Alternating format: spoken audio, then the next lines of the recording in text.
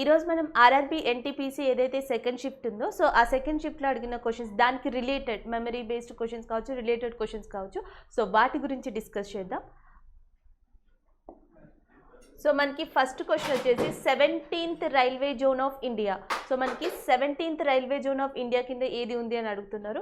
So మనకి 17th railway zone of India వచ్చేసి Calcutta metro.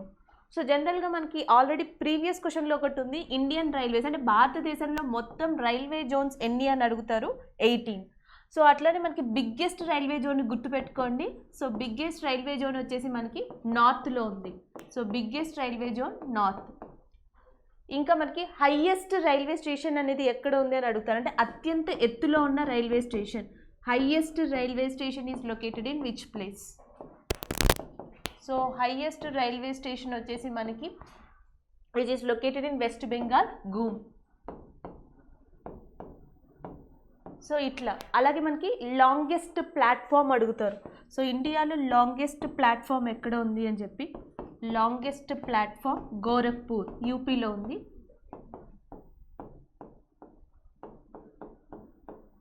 Gorakhpur in UP. So ఈ related గుర్తుపెట్టుకోండి. బిగ్గెస్ట్ వచ్చేసి మనకి నార్త్లో, highest railway Ghum in West Bengal. So longest platform వచ్చేసి గోరఖ్పూర్ ఇన్ ఉత్తరప్రదేశ్. ఇవి ఎక్కువగా గుర్తుపెట్టుకోండి. సో ద నెక్స్ట్ వచ్చేసి what is the name off white tiger which is recently died in national park of Maharashtra. So మనకి నేషనల్ పార్క్ ఆఫ్ మహారాష్ట్ర వచ్చేసి సంజయ్ గాంధీ. సో మనకి సంజయ్ గాంధీ నేషనల్ పార్క్ ఏదైతే ఉందో మహారాష్ట్రలో, సో దాంట్లో ఉన్న white tiger, last captive white tiger ఏదైతే ఉందో సో అది చనిపోయింది. దాని యొక్క పేరేంటి అని అడుగుతున్నారు. సో దాని పేరు వచ్చేసి మనకి బాజీరావ్. సో జనరల్గా ఇది వరకు వైట్ టైగర్స్ అనేవి ఎక్కడెక్కడ ఉండేవంటే మెయిన్గా మనకి అస్సాం. సో అస్సాంలో ఉండేవి. సో దాంతోపాటు ఇంకెక్కడ ఎక్కువ ఉండేవి అంటే మనకి వెస్ట్ బెంగాల్లో ఉండేవి. సో వెస్ట్ బెంగాల్తో పాటు మధ్యప్రదేశ్ ఏరియా. సో లాస్ట్ కెపిటేటివ్ వచ్చేసి మనకి ఏ స్టేట్లో కనిపించిందంటే మహారాష్ట్ర. ఎక్కువగా మనకి మధ్యప్రదేశ్, వెస్ట్ బెంగాల్, అస్సాంలో ఎక్కువగా ఉండేవి. దట్టు మనకి రాయల్ వైట్ బెంగాల్ టైగర్స్ అంటాం. సో మనకి రాయల్ వైట్ బెంగాల్ టైగర్స్ ఎక్కువగా ఉండేవి వెస్ట్ బెంగాల్లో కనిపించేవి. సో ఎక్కడ అంటే సుందర్బన్స్ ఏరియా. సో ఇక్కడ కూడా మనకి వైట్ టైగర్స్ అనేవి అరుదుగా అంటే ఎక్కువగా ఉండేవి. సో ఇప్పుడు ఇవి భారతదేశంలో చాలా అరుదుగా అయిపోయాయి. సో అట్లనే మనకి ఇండియా నేషనల్ యానిమల్గా మనకి ఫస్ట్లో 1973లో దేన్ని తీసుకున్నారు అంటే బెంగాల్ టైగర్. సో 1973లో మనకి బెంగాల్ టైగర్ని ఇండియాస్ నేషనల్ యానిమల్గా తీసుకున్నారు 1973లో. ఎందుకంటే 1973లో భారతదేశం ఒక ప్రాజెక్ట్ని స్టార్ట్ చేసింది. సో దాని పేరు వచ్చేసి ప్రాజెక్ట్ టైగర్.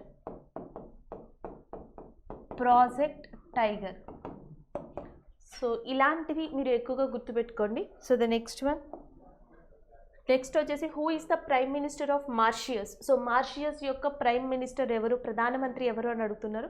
సో మారిషియస్ యొక్క ప్రైమ్ మినిస్టర్ వచ్చేసి మనకి ప్రవింద్ జుగ్నాథ్. సో ప్రవింద్ జుగ్నాథ్ ఎవరైతే ఉన్నారో సో మనకి మారిషియస్కి ప్రైమ్ మినిస్టర్గా ఉన్నారు. సో యాక్చువల్గా నిన్న షిఫ్ట్లో వచ్చేసి మనకి ఏం అడిగారు అంటే నేపాల్ ప్రైమ్ మినిస్టర్ అడిగారు. సో నేపాల్ ప్రెసిడెంట్ అడిగారు. ఇక్కడికి వచ్చేటప్పటికి మారిషియస్ ప్రైమ్ మినిస్టర్ అడిగారు. సో ద నెక్స్ట్ వచ్చేసి మనకి Buddhist books are also called as. So Buddhist బుక్స్ని ఏమని పిలుస్తారు అని చెప్పి ఉంది. సో జనరల్గా బుద్ధిస్ట్ బుక్స్ని వచ్చేసి మనకి త్రిపీటకాలు అని పిలుస్తారు. త్రిపీటకాలు. సో మనకి 3 త్రిపీటకాస్ ఇంపార్టెంట్ ఉన్నాయి. ఒకటి వచ్చేసి మనం వినయ పీఠిక అంటాం. సో ఒకటి వచ్చి వినయ పీఠిక, ఇంకొకటి వచ్చేసి మనకి సుత్త పీఠిక, ఇంకొకటి వచ్చేసి అభిధామ పీఠిక. సో వినయ పీఠిక, సుత్త పీఠిక, అభిధామ పీఠిక, టోటల్గా మనకి 3 పీఠకాస్ ఉంటాయి. ఈ 3 కూడా బుద్ధిజానికి సంబంధించినవి. అట్లానే మనకి అశ్వఘోషుడు రాసింది ఏంటి అంటే బుద్ధ చరిత. సో మనకి బుద్ధ చరిత అనే దాన్ని రాసింది ఎవరు అంటే అశ్వఘోష.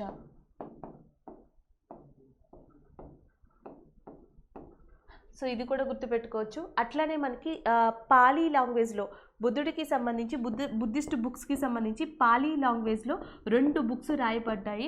ఒకటి వచ్చేసి మనకి దీపవంస అంటాం. దీపవంస, ఇందులో శ్రీలంక గురించి కూడా చెప్పబడింది దీపవంస. ఇంకొకటి వచ్చేసి మహావంస.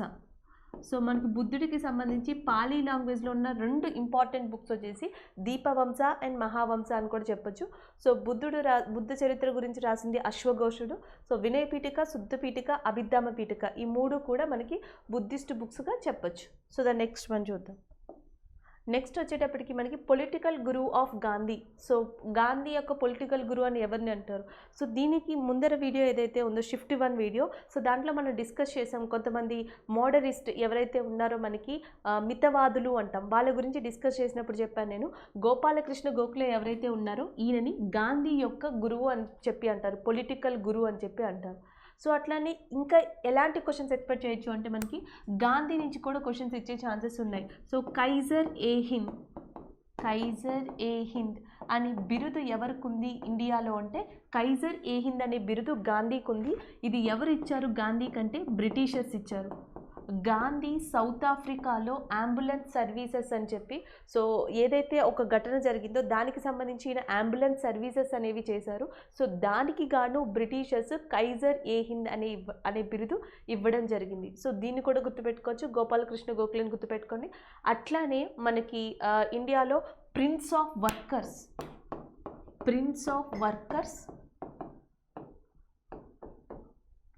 అండ్ డైమండ్ ఆఫ్ ఇండియా,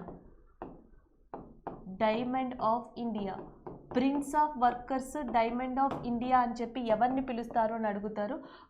ఆయన పేరు వచ్చేసి మనకి తిలక్, బాలగంగాధర్ తిలక్.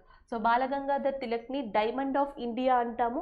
అట్లానే మనకి ప్రిన్స్ ఆఫ్ వర్కర్స్ అని చెప్పేసి మనం బాలగంగాధర్ తిలక్ని పిలుస్తాం. సో ద నెక్స్ట్ వచ్చేసి మనకి litmus manufactured from. So litmus అనేది దేంతో తయారు చేయబడుతుంది అని అడిగారు. సో లిట్మస్ అనేది మనకి wood cellulose. So wood cellulose ఏదైతే ఉంటుందో సో దాని నుంచి లిట్మస్ అనేది తయారు చేయబడుతుంది. సో లిట్మస్ని దేనికి ఇండికేటర్గా వాడతాము అంటే ఆమ్లాలు, క్షారాలు అంటాం. సో ఆమ్లాలు, క్షారాలు, యాసిడ్ అండ్ బేసెస్ని కనుక్కోవడానికి లిట్మస్ని వాడతాం. సో లిట్మస్ కనుక ఎరుపు రంగులోకి మారితే సో దాన్ని ఏమంటామంటే ఆమ్లం, యాసిడ్ అంటాం. అదే లిట్మస్ కనుక నీలి రంగులోకి మారితే సో దాన్ని ఏమని పిలుస్తాము అంటే మనం బేస్ అని చెప్పి పిలుస్తాం.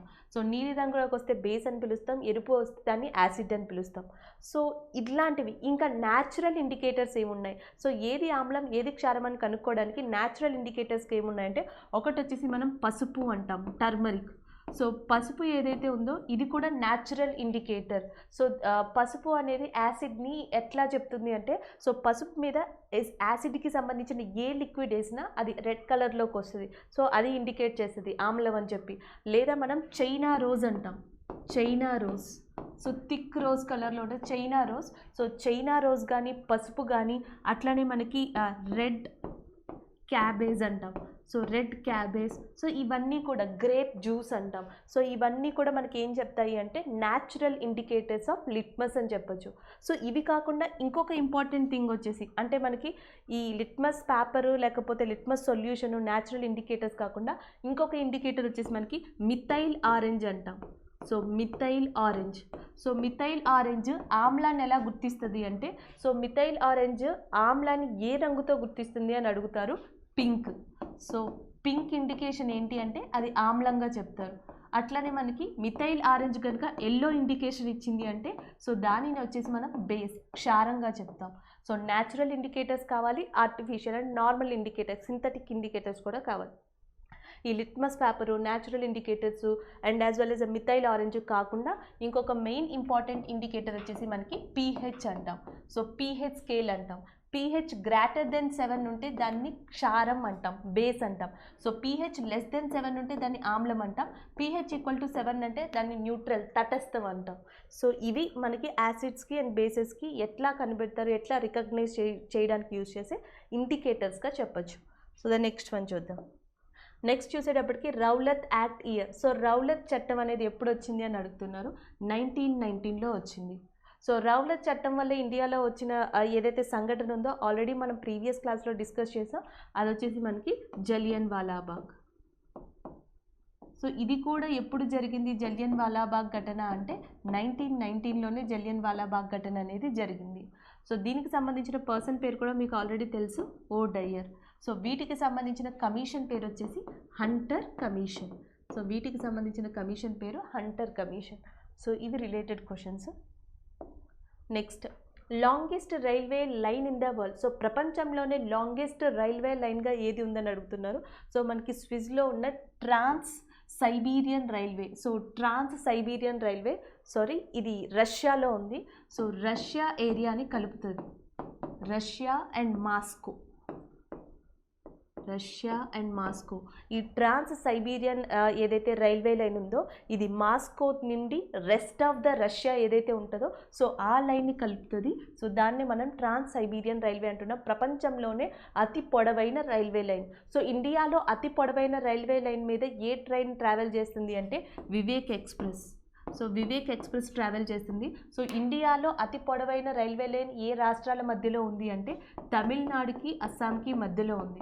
Longest railway line in India is located between Tamil Nadu and Assam. So దాని మీద నడిచే ఎక్స్ప్రెస్ వచ్చేసి మనకి వివేక్గా చెప్పొచ్చు. సో ఇంకా ఇంపార్టెంట్ ఏంటి అంటే మనకి ఇండియాలో లాంగెస్ట్ ఎలక్ట్రిఫైడ్ రైల్వే టన్నెల్ అంటాం, లాంగెస్ట్ ఎలక్ట్రిఫైడ్ రైల్వే టన్నెల్ అంటాం. సో ఇది వచ్చేసి మనకి ఎక్కడ స్టార్ట్ అయింది అంటే ఆంధ్రప్రదేశ్లో. సో ఇది ఆంధ్రప్రదేశ్లో ఉంది ఎలక్ట్రిఫైడ్ రైల్వే టన్నెల్. అదే నార్మల్గా ఇండియాలో లాంగెస్ట్ రైల్వే టన్నెల్ వచ్చేసి ఎక్కడ ఉంది అంటే మనకి కాశ్మీర్లో ఉంది. సో దాని పేరు వచ్చేసి మనకి జవహర్లాల్ నెహ్రూ టన్నెల్. సో దాని పేరు జవహర్లాల్ నెహ్రూ టన్నెల్. సో ఇలాంటి క్వశ్చన్స్ కూడా అడిగే ఛాన్సెస్ ఉంటాయి. సో ఇది ఏషియాలోనే సెకండ్ లాంగెస్ట్ టన్నెల్గా పెట్టుకోండి. సో ద నెక్స్ట్ వచ్చేటప్పటికి which state tops usage of chemical fertilisers in India. So chemical ఫెర్టిలైజర్స్ని యూజ్ చేయడంలో ఏ స్టేట్ టాప్లో ఉంది అని అడుగుతున్నారు. సో మనకి ఉన్న డేటా ప్రకారం సో టాప్ స్టేట్లో ఉన్న స్టేట్ ఏది అంటే వెస్ట్ బెంగాల్. సో దీనివల్ల ఏమవుతుందంటే మనకి కూరగాయలు కానీ సో మన హెల్త్ కానీ ఇవన్నీ స్పాయిల్ అవుతాయి. ఎక్కువగా కెమికల్ ఫెర్టిలైజర్స్ యూజ్ చేయడం వల్ల నేల యొక్క సారవంతం తగ్గిపోతుంది, పంటల యొక్క దిగుబడి అనేది తగ్గిపోతుంది. సో వెజిటేబుల్స్ ప్లాంట్స్ ఏవైతే ఉన్నాయో సో అవన్నీ కూడా స్పాయిల్ అవుతాయి, హెల్తీగా ఉండవు అని చెప్పొచ్చు. సో అందుకనే మనం ఎక్కువగా ఇప్పుడు ఇంట్రడ్యూస్ చేసింది ఏంటంటే ఆర్గానిక్ ఫార్మింగ్ అంటున్నాం, ఆర్గానిక్ ఫెర్టిలైజర్స్, బయో ఫర్టిలైజర్స్ అంటున్నాం. సో బయో ఫర్టిలైజర్స్, కెమికల్ ఫర్టిలైజర్స్కి బదులు వాడే వాటిని ఏమంటామంటే బయో ఫర్టిలైజర్స్ అంటాం. సో వీటిని యూజ్ చేయడం, ఆర్గానిక్ ఫార్మింగ్ చేయడం ఇట్లా. సో అట్లనే ఇండియాలో ఫస్ట్ ఆర్గానిక్ ఫార్మింగ్ స్టేట్గా నిలబడింది ఏది అంటే సిక్కిం. సో ఫస్ట్ ఆర్గానిక్ స్టేట్గా వచ్చింది ఇండియాలో ఫస్ట్ ఏది అంటే సో సిక్కిం అని చెప్పచ్చు. సో ద నెక్స్ట్ వచ్చేటప్పటికి oldest oil reserve in India. So భారతదేశంలో అతి పురాతనమైన చమురు బావి ఎక్కడ ఉంది అని అడిగారు. సో బిఫోర్ ఇండిపెండెన్స్, భారతదేశానికి స్వతంత్రంకు ముందరే దీన్ని రికగ్నైజ్ చేయడం, దీన్ని స్టార్ట్ చేయడం జరిగింది. సో దాని పేరు వచ్చేసి దిగ్బాల్. ఇది ఎక్కడ ఉంది అంటే అస్సాంలో. సో మనకి అస్సాంలో ఉంది oldest oil reserve in India. So the next వచ్చేసి మనకి Kailash Satyarthi is related to which movement. So జనరల్గా కైలాస్ సత్యార్థి ఎవరైతే ఉన్నారో ఈయన మధ్యప్రదేశ్కి చెందిన వ్యక్తి. సో తర్వాత ఆయన కెరియర్ ఎట్లా స్టార్ట్ చేశారు అంటే యాజ్ అ టీచర్గా. సో తర్వాత దీనికి రిజైన్ చేసి సో ఆయన తర్వాత స్టార్ట్ చేసిన క్యాంపెయిన్ పేరు లేదా మూమెంట్ పేరు వచ్చేసి మనకి Bachpan Bachao Andolan. Child trafficking, child slavery అంటే చిన్నపిల్లలు ఎవరైతే ఉన్నారో వాళ్ళని బానిసత్వం నుండి కానీ అట్లాంటి పనుల నుంచి కానీ సో వాళ్ళకి విముక్తి కల్పించడం. సో ఎవరైనా కిడ్నాప్ అయితే చైల్డ్ ట్రాఫికింగ్ అంటాం, సో వాటి నుండి కాపాడడం. సో ఇట్లా చిల్డ్రన్ ఓరియంటెడ్ ఏదైతే ఉందో సో దానికి సేవలు చేయడం స్టార్ట్ చేశారు. సో తర్వాత 2014లో ఈయనకి నోబెల్ ప్రైజ్ కూడా రావడం జరిగింది. సో ఇది కైలాస్ సత్యార్థి యొక్క background information.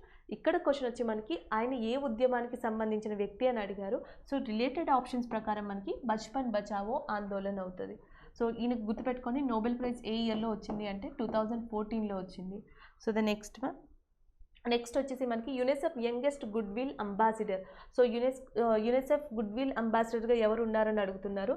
Milli Bobby Brown. So Millie Bobby Brown ఎవరైతే ఉన్నారో సో ప్రజెంట్ తను యంగెస్ట్ గుడ్ విల్ అంబాసిడర్గా ఉన్నారు. సో ద నెక్స్ట్ వచ్చేసి మనకి which state tops public affairs index. So public affair index అనేది ఎవరిస్తారు అంటే మనకి PAC అంటాం. సో ప్యాక్ అనేది మనకి పబ్లిక్ అఫైర్స్ ఇండెక్స్ని ఇస్తుంది. సో దాంట్లో టాప్ ఉన్న స్టేట్ ఏది అంటే మనకి కేరళ. సో కేరళ టాప్ ర్యాంక్లో ఉంది. సో ప్యాక్ ఇచ్చిన రిపోర్టు ప్రకారం సో బోటంలో ఉన్నవి ఏవి అంటే ఒకటి ఉత్తరప్రదేశ్, రెండోది వచ్చేసి మనకి ఒడిస్సా, సో నెక్స్ట్ వచ్చేసి మనకి Bihar. So so Odisha, UP, Bihar, so ఇవి లాస్ట్లో బాటంలో ఉన్నాయి. టాప్లో ఉన్న స్టేట్ వచ్చేసి మనకి Kerala. Next one COBOL full form. So COBOL యొక్క ఫుల్ ఫామ్ ఏంటి అని అడుగుతున్నారు. So common business oriented language. So common business oriented language అనేది కోబాల్ యొక్క ఫుల్ ఫామ్గా చెప్పొచ్చు. So the next one next వచ్చేసి top country in UNESCO press freedom index. So UNESCO యొక్క ప్రెస్ ఫ్రీడమ్ ఇండెక్స్లో సో టాప్ కంట్రీ ఏది అని అడుగుతున్నారు. సో టాప్ కంట్రీ వచ్చేసి మనకి నార్వే.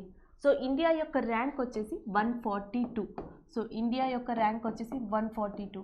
ఆల్రెడీ మనం ప్రీవియస్ షిఫ్ట్స్లో డిస్కస్ చేసాం. Human capital index, human freedom index, press freedom index.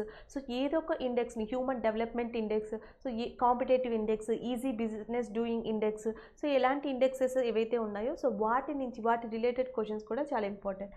So the next which movements ఈ started in the time of non cooperation movement in India.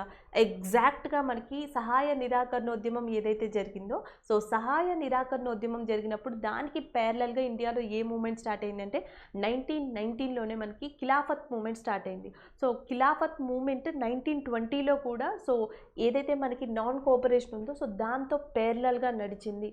So అందుకని చెప్పేసి ఏది co-op అయింది అంటే ఆన్సర్ వచ్చేసి మనకి ఖిలాఫత్ మూమెంట్ అవుతుంది. So the next one next వచ్చేసి మనకి BHEL యొక్క ఫుల్ ఫామ్ అడిగారు. సో మనకి BHEL యొక్క ఫుల్ ఫామ్ వచ్చేసి Bharat heavy electronics limited. So దాని ఫుల్ ఫామ్ వచ్చి భారత్ హెవీ ఎలక్ట్రానిక్స్ లిమిటెడ్ అవుతుంది. So the next one so ఇక్కడ క్వశ్చన్ వచ్చి మనకి which gas released during photosynthesis అంటే కిరణజన్య సంయోగ క్రియ ఏదైతే ఉందో సో కిరణజన్య సంయోగ క్రియ మెయిన్గా ఎందుకు జరుగుతుంది అంటే సో దేనికి మధ్య సో సన్లైట్ అంటాం, సూర్యరశ్మి సన్లైట్ని యూజ్ చేసుకొని సో ప్లాంట్స్ ఏవైతే ఉంటాయో మొక్కలు సో సన్లైట్ని యాజ్ వెల్ యాజ్ అ వాటర్ని నీటిని మరియు సూర్యరశ్మిని యూజ్ చేసుకుని మొక్కలు ఏవైతే ఉంటాయో ప్లాంట్స్ సో అవి జరిపే ప్రక్రియనే మనం ఏమని పిలుస్తామంటే కిరణజన్య సంయోగ క్రియ. సో ఈ ప్రక్రియలో మనకి మొక్కలు విడుదల చేసే గ్యాస్ ఏంటి అని అడుగుతున్నారు, ఆక్సిజన్. కిరణజన్య సంయోగ క్రియ సమయంలో విడుదలయ్యే వాయువు ఏది అని అడిగారు, మనకి ఆన్సర్ వచ్చి ఆక్సిజన్. నెక్స్ట్ వచ్చేసి మనకి father of computers. So computers పితామహుడుగా ఎవరిని పిలుస్తారని అడిగారు, Charles Babbage. So Charles Babbage ఎవరైతే ఉన్నారో ఈయనని ఫాదర్ ఆఫ్ కంప్యూటర్స్గా పిలుస్తారు. Father of histology, father of geography. So ఇప్పుడు వచ్చేసి మనకి ఫాదర్ ఆఫ్ కంప్యూటర్స్ గురించి అడిగారు. So the next one next వచ్చేసి మనకి మాస్ 28 ఇచ్చారు, వెలాసిటీ వచ్చేసి 14 ఇచ్చారు, ఫైండ్ మొమెంటమ్ అని అడుగుతున్నారు. సో మనకి మొమెంటమ్కి వచ్చి ఫార్ములా ఏంటండి, మాస్ ఇంటూ వెలాసిటీ. సో మనకి 28 ఇంటూ 14 అవుతుంది. సో ఆల్మోస్ట్ ఇది 392. So nearly 392. మీరు ఇది క్యాలిక్యులేట్ చేసుకోండి 28 ఇంటూ 14, ఎందుకంటే మాస్ వచ్చేసి మనకి ఇక్కడ 28, సో వెలాసిటీ వచ్చేసి మనకి 14. ఒకసారి మీకు మొమెంటమ్ యొక్క ఏదైతే యూనిట్స్ ఉన్నాయో తెలిస్తే కింద కమెంట్ చేయండి, ఎందుకంటే మాస్కి వచ్చేసి మనకి కేజెస్ అని చెప్తాం, సో వెలాసిటీకి వచ్చేసి మీటర్ పర్ సెకండ్ స్క్వేర్ అని చెప్తాం. సో వెలాసిటీకి వచ్చి సో మీకు కనుక మొమెంటమ్కి యూనిట్స్ తెలిస్తే కింద ఒకసారి కమెంట్ చేయండి. సో ఒకసారి క్రాస్ చెక్ చేసుకోండి మీకు ఎంతవరకు తెలుసు మొమెంటమ్ కానీ అట్లనే స్పీడ్కి అట్లనే వెలాసిటీకి గురుత్వత్వరణ వేగం అంటాం. సో అలాంటి వాటికి యూనిట్స్ అనేవి చాలా చాలా important. So the next one next వచ్చేసి మనకి when Simon commission came to India. So చాలామంది కన్ఫ్యూజ్ అవుతున్నారు, సైమన్ కమిషన్ స్టార్ట్ అయిందంటే సైమన్ కమిషన్ వేసింది ఎప్పుడు అంటే 1927లో. సైమన్ కమిషన్ ఇండియాకి ఎప్పుడు వచ్చింది అంటే 1928లో. రెండు డిఫరెంట్ క్వశ్చన్స్. సైమన్ కమిషన్ ఏర్పడిన సంవత్సరం 1927. సో సైమన్ కమిషన్ వచ్చింది ఎప్పుడంటే 1928. సో ఈ రెండింటికి క్లారిటీ అనేది చాలా అవసరం. సో ఎస్టాబ్లిష్మెంట్ అడిగినప్పుడు మాత్రమే 1927 ఇవ్వండి. So the next one FTP యొక్క ఫుల్ ఫామ్ అడిగారు. FTP వచ్చేసి మనకి ఫైల్ ట్రాన్స్ఫర్ ప్రోటోకాల్. సో FTPని మనం ఫైల్ ట్రాన్స్ఫర్ ప్రోటోకాల్ అని చెప్తాం. So the next one next వచ్చేసి pH వాల్యూ ఆఫ్ సాయిల్. నేల యొక్క pH వాల్యూ ఎంత అని అడిగారు, 6 to 7. సో నేల యొక్క pH వాల్యూ వచ్చేసి 6 to 7. అదే ఏ నేల అయినా సరే కరెక్ట్గా మనకి పంటల్ని ఇవ్వాలి అంటే సో దానికి ఏ రేషియో ముఖ్యము అంటే NPK అంటాం. సో NPK రేషియో అనేది చాలా ముఖ్యం. నైట్రోజన్, పొటాషియం, ఫాస్ఫరస్ అంటాం. సో ఇది ఏ రేషియోలో ఉండాలంటే 4:2:1 రేషియోలో ఉండాలి. ఏ నేల అయినా సరే సరిగ్గా పంటల్ని ఇవ్వాలి, అది మంచి ఎసిడిక్ నేచర్లో కానీ మంచి బేసిక్ నేచర్లో కానీ ఉంది అని ఎట్లా చెప్తామంటే ఆ నేల యొక్క pH విలువ ఎగ్జాక్ట్గా మనకి 6 to 7 మధ్యలో ఉంటే ఆ నేలకి ఎగ్జాక్ట్గా మనకి acidic values so as well as basic values ఉన్నాయని చెప్పొచ్చు. అట్లనే మనకి ఇండియాలో ఎన్ని సాయిల్స్ ఉన్నాయని అడిగితే మొత్తం మనకి భారతదేశంలో ఉన్న నేలలు ఎన్ని అంటే 8. సో ఎక్కువగా ఉన్న నేలలు ఏవి అంటే అలూవియల్ సాయిల్. సో భారతదేశంలో ఎక్కువగా ఉన్నది అలూవియల్ సాయిల్. అట్లానే మనకి తెలుగులో వచ్చేసి ఒండ్రు నేలలు అంటాం. So next old alluvial soil, పాత అలూవియల్ సాయిల్ని, పాత ఒండ్రు మట్టిని ఏమని పిలుస్తారు అని అడుగుతారు. సో ఓల్డ్ అలూవియల్ సాయిల్ వచ్చేసి బాంగర్ అని పిలుస్తారు. సో న్యూ అలూవియల్ సాయిల్ వచ్చేసి ఏమని పిలుస్తారు అంటే ఖాదర్ అని చెప్పి పిలుస్తారు. సో ఇవి కూడా గుర్తుపెట్టుకోండి, bhangar and khadar. So the next one, next వచ్చేసి what is the currency of China. So currency of China ఏంటి అని అడుగుతున్నారు. So renminbi. So renminbi is that China's currency. So జపాన్కి వచ్చేటప్పటికి యెన్స్ అంటాం. సో ఇండియాకి ఆల్రెడీ తెలుసు. కొన్ని కంట్రీస్ మనకి ఇరాన్ కానీ లేకపోతే ఇజ్రాయెల్ కానీ, సో చైనీస్ కానీ, Japan and north Korea, so Nepal కానీ, సో ఇలాంటి వాటికి దగ్గరలో ఉన్న కంట్రీస్ ఏవైతే ఉన్నాయో సో ఒక్కసారి వాటి యొక్క కరెన్సీ అనేది క్రాస్ చెక్ చేసుకోండి. So the next one, next వచ్చేసి మనకి what is the weight of brain. ఇది మేల్ పర్సన్ ఎవరైతే ఉంటారో సో మేల్కి సంబంధించి అడిగారు. సో ఆన్సర్ వచ్చేసి మనకి 1450 గ్రామ్స్. ఆన్సర్ వచ్చి మనకి 1450 గ్రామ్స్. ఇది మనకి మేల్కి సంబంధించి. సో మేల్కి సంబంధించి వెయిట్ ఆఫ్ అ బ్రెయిన్ వచ్చి 1450 grams. So the next one, next Panchayati Raj date. ఇది చాలాసార్లు రిపీట్ అయిన క్వశ్చన్. సో మనకి పంచాయతీ రాజ్ డే అనేది ఎప్పుడు జరిగింది అంటే ఏప్రిల్, ఎవ్రీ ఇయర్ ఏప్రిల్ 24న పంచాయతీ రాజ్ అనేది చేసుకుంటాం. సో నెక్స్ట్ మనకి ఏ అమెండ్మెంట్ ద్వారా వచ్చిందంటే 73rd అమెండ్మెంట్ ద్వారా 1992లో రాజ్యాంగంలో చేర్చారు. ఒరిజినల్గా మనకి పంచాయతీ రాజ్ అనేది రాజ్యాంగంలో ఉందా అంటే లేదు. సో ఎప్పుడు వచ్చిందంటే 1992లో 73వ సవరణ ద్వారా 9వ భాగం అంటాం, 9th పార్ట్. సో 9వ భాగంలో దీన్ని చేర్చడం జరిగింది. సో ఇది గుర్తుపెట్టుకోండి. ఫస్ట్ పంచాయతీరాజ్ సిస్టమ్ ఇండియాలో ఎక్కడ ఎస్టాబ్లిష్ చేశారంటే మనకి 1959లో రాజస్థాన్లో ఎస్టాబ్లిష్ చేయడం జరిగింది. సో దీన్ని ఎవరు స్టార్ట్ చేశారు అంటే మనకి first Jawaharlal Nehru, first prime minister of India Jawaharlal Nehru. So ఈయన ప్రారంభించారు రాజస్థాన్లో 1959లో. సో అసలు ఇదంతా ప్రారంభించడానికి పంచాయతీరాజ్ ఇండియాలో స్టార్ట్ అవ్వడానికి the main a committee help అయింది అంటే Balwant Rai Mehta committee. First committee ఇది వేశారు, బల్వంత్ రాయ్ మెహతా కమిటీ.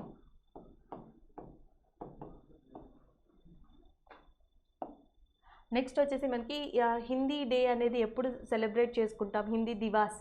సో హిందీ దివాస్ ఎప్పుడు సెలబ్రేట్ చేసుకుంటాము అంటే సెప్టెంబర్ 14.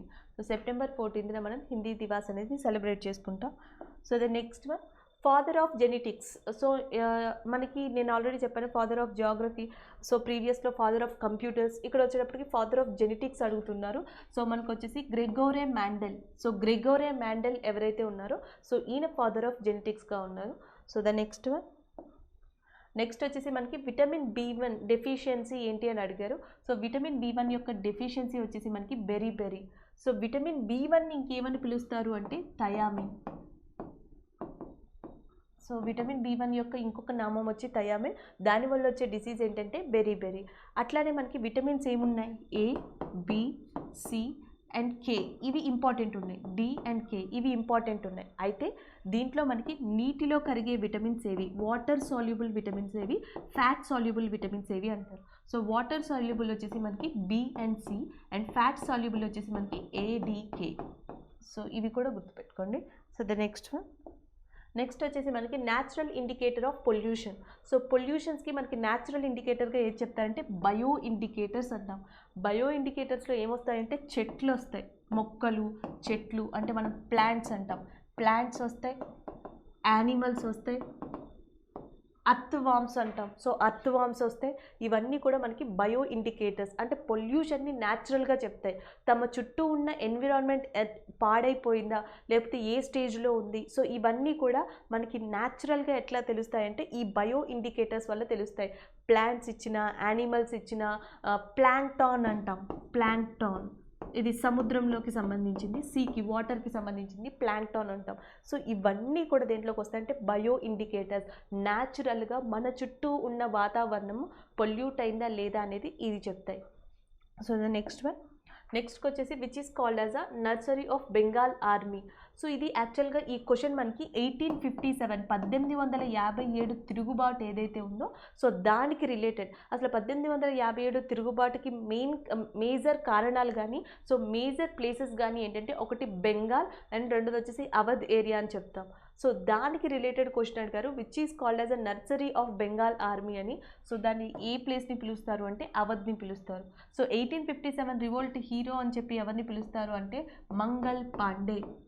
సో మంగల్ పాండేని 1857 రివోల్ట్ హీరోగా పిలుస్తారు. సో 1857 యొక్క నాయకుడు ఎవరు, లీడర్ ఎవరు అంటే బహదూర్ షా టూ. సో బహదూర్ షా టూని 1857 రివోల్ట్ యొక్క లీడర్గా చెప్తారు, నాయకుడిగా చెప్తారు. Next one, what is the human development index of India in 2019. So 2019-20కి గాను ఇండియా యొక్క HDI హ్యూమన్ డెవలప్మెంట్ ఇండెక్స్ మానవ అభివృద్ధి సూచిక ర్యాంక్ ఎంత అని అడుగుతున్నారు, 131. సో నెక్స్ట్ వచ్చేసి which is the most popular novel written by Premchand. Premchand is written number of books. ఆయన చాలా జోనర్స్లో చాలా నెంబర్ ఆఫ్ బుక్స్ రాశారు. అక్కడ ఇచ్చిన ఆప్షన్స్ స్టూడెంట్ మనకి చెప్పలేరు. సో స్టూడెంట్స్ ఇచ్చిన ఇన్ఫర్మేషన్ ఏంటంటే ప్రేమ్చంద్కి సంబంధించిన ఒక బుక్ని అడిగారని చెప్పారు. సో ఆయన పాపులర్ నావెల్ వచ్చేసి మనకి గబాన్. సో ఇక్కడ నేను తీసుకున్నది గబాన్. సో మనకి which is the most popular written by that Premchand అని అడిగితే ఆన్సర్ వచ్చి గబాన్. So the next one, next వచ్చేసి first chairman of Rajya Sabha. So vice president of India is acted as a chairman of Rajya Sabha. భారత ఉపరాష్ట్రపతి రాజ్యసభ యొక్క చైర్మన్గా వ్యవహరిస్తారు. సో మనకి ఇక్కడ వచ్చేసి మనకి ఫస్ట్ చైర్మన్ ఆఫ్ రాజ్యసభ అని అడిగారు. సో ఆన్సర్ వచ్చేసి మనకి Sarvepalli Radhakrishna. Right now who is a present chairman of Rajya Sabha అంటే వెంకయ్య నాయుడు సార్. సో మనకి ఇప్పుడు ఉపరాష్ట్రపతిగా ఉన్నది అండ్ రాజ్యసభ చైర్మన్గా ఉన్నది ఎవరు అంటే వెంకయ్య నాయుడు ఇప్పుడు ప్రజెంట్ ఉన్నది. సో నెక్స్ట్ వచ్చేసి మనకి జార్ఖండ్ గవర్నర్ ఎవరు అని అడిగారు. సో జార్ఖండ్ గవర్నర్ వచ్చేసి మనకి ద్రౌపది ముర్ము. సో ద్రౌపది ముర్ము ఎవరైతే ఉన్నారో సో ఆయన జార్ఖండ్ యొక్క గవర్నర్గా ఉన్నారు. సో జార్ఖండ్ అనేది దేనికి ఫేమస్ అంటే ఖనిజాలకి ఫేమస్, మినరల్స్కి. సో ఎలాంటి మినరల్స్ అంటే కోల్ అంటాం. సో మనకి బొగ్గు అనేది ఎక్కువగా దొరికేది జార్ఖండ్లోనే. ఎక్కడ అంటే జరియా ఏరియా. అట్లానే బొగ్గుతో పాటు మనకి ఐరన్ కానీ అండ్ ఇంకా చెప్పాలంటే యురేనియం నిల్వలు కానీ ఇవన్నీ కూడా ఇలాంటి మినరల్స్ అన్నీ కూడా మనకి ఎక్కువగా దొరికే ఒకానొక స్టేట్ని జార్ఖండ్గా చెప్పొచ్చు.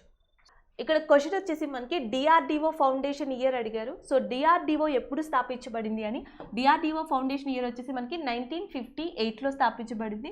సో ఇంకా ఇక్కడ ఇంపార్టెంట్ ఏంటంటే మనకి ఇప్పుడు ప్రజెంట్ డైరెక్టర్గా ఎవరు ఉన్నారంటే సతీష్ రెడ్డి. సో మనకి సతీష్ రెడ్డి ఎవరైతే ఉన్నారో ఇప్పుడు ప్రజెంట్ డిఆర్డిఓ హెడ్గా ఉన్నారు. సో ఇది గుర్తుపెట్టుకోండి. ఆల్రెడీ ఇస్రో గురించి ప్రీవియస్ షిఫ్ట్లో వచ్చాయి కాబట్టి సో ఇక్కడ ఈ రెండు గుర్తుపెట్టుకోండి. So the next one, green house gases related question. So అక్కడ మనకి కింద గ్రీన్ హౌస్ గ్యాసెస్ అని ఇచ్చుండొచ్చు, లేదా కింది వాటిలో ఏది గ్రీన్ హౌస్ గ్యాస్ కాదని ఇచ్చుండొచ్చు. సో మనకు వచ్చిన ఇన్ఫర్మేషన్ ప్రకారం క్వశ్చన్ వచ్చేసి related to green house gas. So green house వాయువులు. సో ఆన్సర్ వచ్చి వాళ్ళు ఇచ్చిన ఆప్షన్ ప్రకారం క్లోరోఫ్లోరో కార్బన్స్.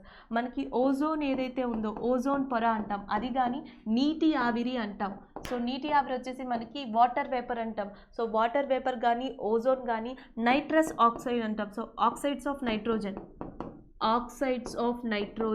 సో ఇవన్నీ కూడా దేంట్లోకి వస్తాయి, క్లోరోఫ్లోరో కార్బన్స్ కానీ ఇవన్నీ కూడా దేంట్లోకి వస్తాయంటే గ్రీన్ హౌస్ కారకాల్లోకి వస్తాయి.